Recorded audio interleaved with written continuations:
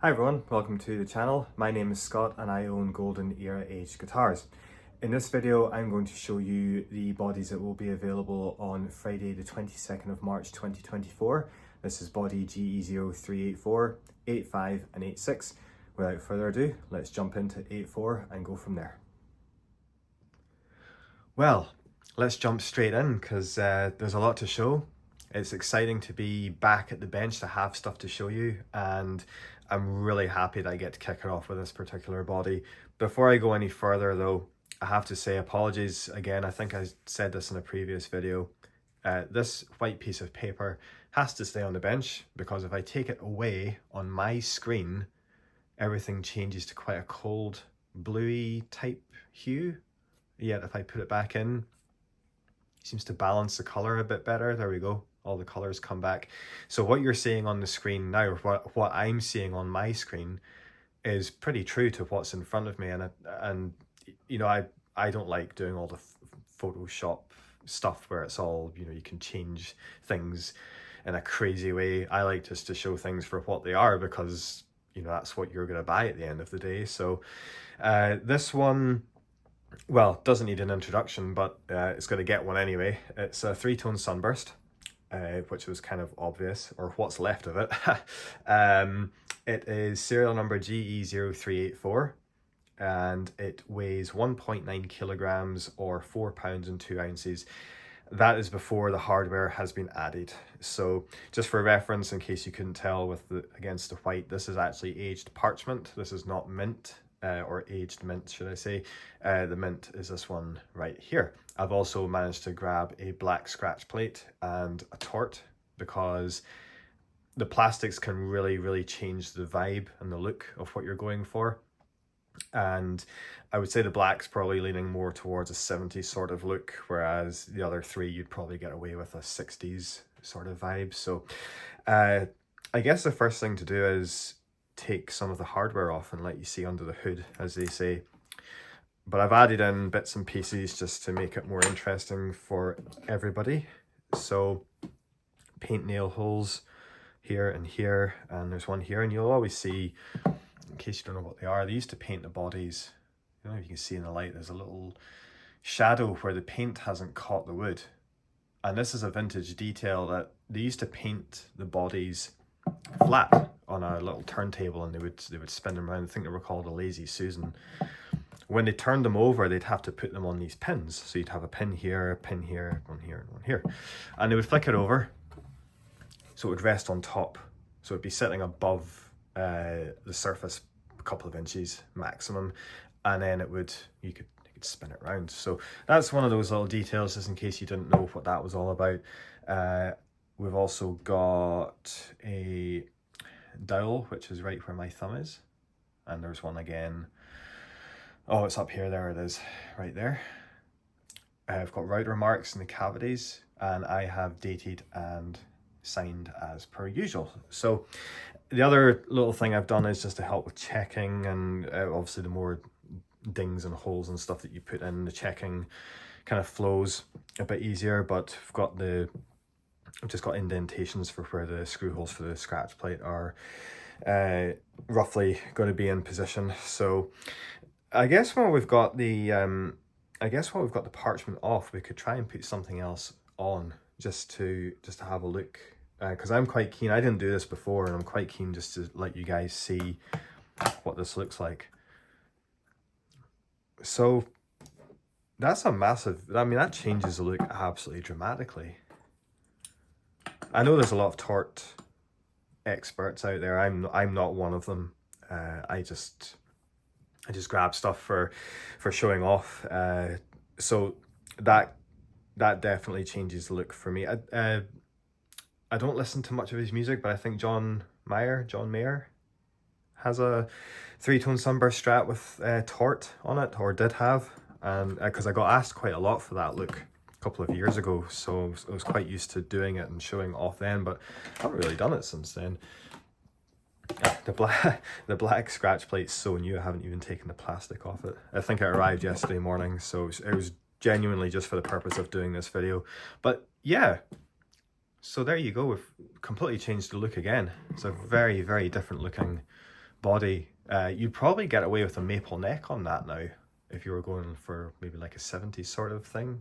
So cool. Now the wear on this is quite unique. I don't really think I've done one like this before, and I saw one when I was having a flick through Google and a load of vintage shops. There was one, it looked like, it was like, well, I guess you would say jewellery rash. It was maybe from a watch or something, and it was all dug in and chipped away, and then there was obviously the marks from the sweat going into the wood. But there was a little bit of arm wear, but the main concentration of wear was this bit here. It's kind of similar to what you would find on a, I guess, on a Jazzmaster, which is kind of intrigued me a little bit. So I kind of thought, well, yeah, well, let's see what that looks like. I'm really happy with that. I think it looks absolutely wicked. It photographs insanely well. Another cool thing about this is that's actually this is basically delamination from the checking, and once you start the checking and once you start the chipping, it just keeps going. So that's kind of the vibe that this one's picked up. So really happy with that. And then we've got the wear down here, not a huge amount of wear, but just enough wear to kind of match the rest of the body. Now the party continues on the back. The backs of guitars always, I guess the word would be intrigue. They do intrigue me a bit more because, you know, you see vintage guitars and you think, what was the guy doing? What was he doing? What was she doing? What were they doing? You know, the wear marks don't all have to come from the same person. You know, a vintage guitar could have passed through, you know, dozens of people. Chances are it's probably been in with two or three owners in its lifetime. But it doesn't all have to come from the same person, so it's okay to mix things up. You know, this sort of thing maybe comes from the top of the thigh area, maybe the guitar being worn a bit low. Maybe this is the buckle rash from somebody from before, you know. So it's cool, you can mix and match all these things, it's good fun. It shows off, I like showing off the layers, which I think I've told you about already. I like, you know, you can see the wood and then the yellow and then the sunburst. So this particular sunburst, it's pretty accurate to how it looks. I'm just seeing on the camera. I mean, the camera makes everything look a bit more harsh anyway sometimes, but this fade is pretty accurate to how it looks in front of me. But it's really cool. I think this sort of thing gives you that real life look at something. You know, from it was an Instagram picture on last night's post, and yeah, that's it in front of me right now, and I hope that it looks as true as it possibly can to how that photo was and how it looks right now. So I'm really happy that I've been able to do this 3-tone sunburst. I think it's a bit more crazy, which I like. Sometimes you have to go a bit crazy just to kind of let the creative side of it all out. But that was that was a pretty good look at 0384. So let's move on to the next one, which is 0385. Okay, and here it is. This is body GE0385, which is a 2-piece Alder strap body in Sonic Blue. And before hardware, this one weighs 1.9 kilograms, and that translates to 4 pounds 3 ounces. So quite a contrast from the last one. The idea with this one was, again, on my Google search, I found a guitar, should I say, that was this amazing color. This I can only describe it as duck egg Sonic Blue. So just that slight tint going on. You maybe can't tell fully from this shot of the body that it is more aged Sonic Blue, but it's not dramatically aged. But if I was to take this off, then obviously you can see this is like all the colors I do, this is vintage matched Sonic Blue in here, and so you can see the difference. And The guitar I found was in Vintage and Rare in Bath, which is in the UK for anybody who's watching around the globe, and it was the most amazing 1962 Fender Strat Sonic Blue, very very carefully played and owned since then. I think it said it was from one owner, and it had this sort of coloured scratch plate as well. Now, this is what I call my more greyed nicotine, or sorry, grey scratch plate rather than nicotined. There seems to be a difference. They either go like tobacco brown nicotined, or they turn like a grey. There's like a grey tint off them. So when I saw that guitar, I kind of thought, yeah, I'm gonna stick the scratch plate with it too. So the reason I'm showing you this a bit more closely is just to see some of the details. This is actually going to go out with the body, so it's a kind of part of the deal, I guess you could say. I've no idea if that's focusing in properly or not, but you should be able to see that it's not a pristine scratch plate by any stretch. It has got aging, but the nice thing about it is that when you actually see it from what you would assume is just normal distance away, so if I just set it down even like that, it doesn't look massively aged. And it's the same with the body, really. The body on this guitar that I saw was absolutely stunning. It was tinted. It had that tint going on, which again you'll be able to see if I was to take all the hardware off. If you did this with that particular guitar, this is what you would probably see. You'll see that original color underneath. But it wasn't until you really zoomed in, and you can see the finish was dulled. It wasn't full on shiny, so it had a satin finish. And as you can see right there, there is wear on it. Chips and dings that you would associate with an old cellulose finished instrument. But it's all very subtle. It's not anything dramatic. There was no armware on this thing either. There was not one bit of armware. A couple of chips around that section. It had a little bit of this, again, this rash going on here, which you can see, and you can see the checking. It was just so nice. It was just nice to see a guitar that somebody has used, but has really cared for. You know, they've been careful. They've not thrown it around or worn anything too abrasive when playing. It's funny the damage that I've seen guitarists that even, you know, that wear suit jackets for doing gigs. It's amazing how abrasive that jacket, the arm sleeve on that jacket can be on this old paint. Again, the back kind of, it was a reflection of what I've just said about the careful owner. You could tell that this was not a guitar that was worn with you know, with a belt or anything that would cause any damage. I don't know the full story behind the guitar, but it definitely had been played, and you could tell that from the chips and dings that were around the edge. But again, when I zoomed in, it was more of this sort of thing, which you can see now. It was more like indentations in the finish rather than the actual chips or paint missing. But again, it's got that nice satin finish, worn lacquer look going on. Lovely deep contours too.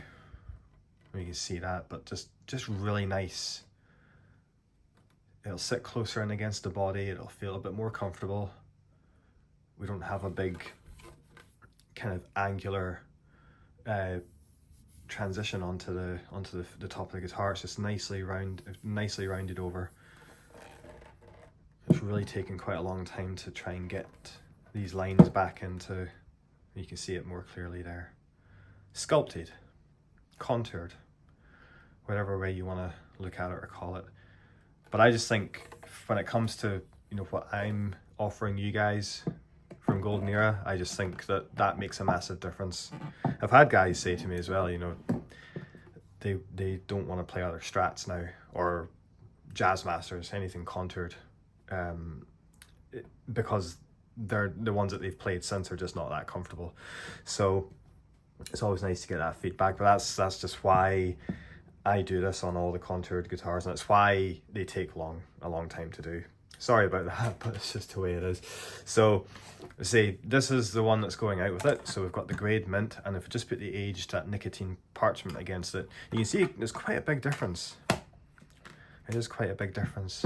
So that particular look that I saw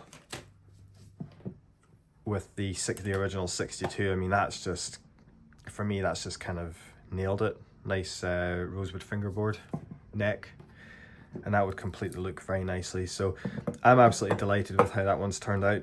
I wasn't trying to copy anything, but I definitely used it as inspiration, and I'm grateful to be able to have access to these images online. I don't think you can take it for granted that you know, these things are left up as for sale items, or that, you know, they've sold from dealers' websites. It's such a wealth of information and knowledge whenever you actually start exploring them and zooming in, and you know, you kind of realize these, you know, this could be from 10 feet away. You know, you could look at that and think, well, that's an old guitar. That is a genuine old guitar. But it doesn't need to, it kind of tells that story of, it doesn't need to be absolutely trashed with the paint falling off to be old. So again, compare that to the last body. I think it's a nice contrast to offer up this week. So that was body GE0385. We're going to hop on to the wild card next for this week, and it's something I would say a little bit different, but it's a color that I haven't done for quite a while. So to use the cliche of this video, I am excited to show it to you. So let's go and take a look. Well, last but certainly not least is an absolutely stunning Candy Apple Red thin line. And this one weighs 1.6 kilograms or 3 pounds and 6 ounces. Serial number GE0386. It has been so long since I've done Candy Apple Red, and I don't know why. It just seems to slip under the radar constantly. Instead of scratch plates, I've grabbed a couple of necks that are going out at the start of the week, and I need to get some really good photographs of them separately, but I'm going to use them for the purpose of doing a little mock-up here, which might involve the body going that way to fit the neck on the desk, but worry about that in a few minutes. So yeah, this one is quite a deep Candy Apple Red, which I'm just looking on the camera, it's kind of showing up a little bit lighter, but it's not too bad. It is quite a dark tint. The thing about the Candy Apple colors, metallics and whatnot, is that they will change a little bit. They're more susceptible to change of color than some of the other ones are, but it's pretty close. Just for a reference, you can probably tell this is a mint pickguard that I'm using here at the minute. But just before we actually take the whole thing apart and do some close-ups, here's an aged Pearloid that I've been using in a lot of photos. So you can see how that changes the look considerably. And I didn't buy this for actually doing this this mock-up, but just to let you see, I think this would probably work better on Fiesta Red or Dakota Red if we're going to talk about reds. But ultimately you're gonna be in a good place if you put that tort on a black body or Olympic white. I would say it's going to look really, really cool. So let's get rid of this guy here. Bring the mint back over. Right. This one has been done on a base of Inca Silver, which you can see poking through here. A couple of different ways of doing this. You can put it on top of gold. You can put it on top of Inca Silver. You can put it on top of both. I think I know I've seen an example, but I don't know how long they did this for. They actually did white, then Inca Silver, and then gold, and then they put the red tint over the top. So when you actually layer that back, you would actually have, between the silver and the red, you would actually have maybe a line of gold. I have no idea how long they did this for or why they did it, but these guitars exist. Unfortunately, there's no gold under this one, but it's still cool nonetheless. Usual little details, but not all of them. We've got serial number. I've obviously signed and dated this one. We've got rider marks in the cavities. I tend to, on the thin lines, I tend to shy away from doing the paint nail holes, because by that stage they'd moved to the stick, so you actually have a line of colour in the neck pocket where they had the stick coming out. I paint these all on paint poles with a big bracket on them, so that's one little detail that I usually omit. But apart from that, it's all good. It's a really, really, really nice body, and again, similar to the Sonic Blue, you can just see it's I would say satin. It's got a nice satin vibe going on. As with all the Tele bodies, no matter what's going on, or I should say hardtail, because you get hardtail strats. I put the ferrules in for these ones because it's one less thing for you guys to do. So usual chipping around that area, just where the strings would be coming in and out. A little bit of buckle rash, nothing serious. Again, kind of going back to this thing of, well, how many people have owned this guitar. I like to put on a couple of little bits here and there, so there's a bit of wear through just on this bottom edge. You tend to find Teles, well, not all of them, but a lot of them on Teles, the wear happens around the edge, which is kind of what I've done here. But it's lacquer. It's one of those things. Once you do one tiny chip, it's like how much follows. Quite a lot can follow after that first little bit comes off. But I like the color so much that I didn't really want to do too much to it. I think I was really I was happy to show this layer of silver going on, because I absolutely love that as a base coat. I think it's absolutely fantastic. In fact, I might just start randomly sticking the silver underneath some of the metallics, which would be pretty cool. There are examples out there of obviously that's where the whole color over color thing comes from, where they would have sprayed over different finishes with other colors, but I haven't seen it with Inca Silver, so that might be something to have a bit of fun with in the future. So what we're going to do with this guy is we're going to layer this back up. Just put these bits and pieces back on. I can get my bearings right. There we go. Now, something about Candy Apple Red is that it does take rosewood exceptionally well, but it also does go very well with maple. So I'm not sure if I'm going to be able to, I might not actually be able to. In fact, I don't want to, I haven't tried that in the neck pocket, so I don't think I want to actually risk it. But what I'm going to do is I'm going to grab the rosewood. You can just see that contrast. Well, I suppose I don't have to actually set it in the neck pocket, so let me just move this along a little bit. You can see.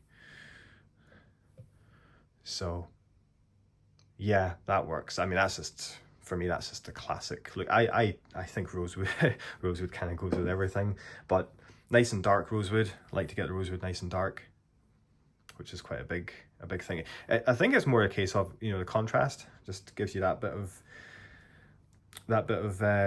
contrast to work with against some of those custom color bodies. The maple works exceptionally well. Like, I just think that's, especially that particular tint, I think that's absolutely fantastic. I would love to see that as a full guitar, actually. It's just got that kind of vibe. That could actually, to me, that could actually be, I think you could just put that together and have some fun with that. That's absolutely amazing. I'm a sucker for a heavily aged maple neck, I have to say, and that one's heavily aged. So, but anyway, we're meant to be talking about Candy Apple Red, although there's not much more I can say. Late 60s thin line, Candy Apple Red, Inca Silver base. This one just comes as the body on its own. There'll be more thin lines along shortly, so don't despair. If this one doesn't grab you, there'll be a couple more to come. So let's wrap it up there, and good luck with the drop. A massive thank you for checking out this video. That was Body GE0384, 85 and 86. These will be available on the website tomorrow night at 7 p.m, which is Friday the 22nd of March. Thanks for watching, and I'll catch you on the next one.